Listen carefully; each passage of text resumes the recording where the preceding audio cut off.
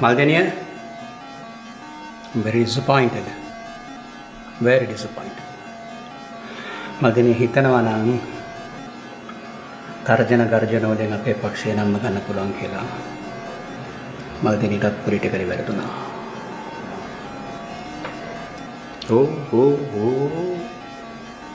ලොක කලබල වෙනවා.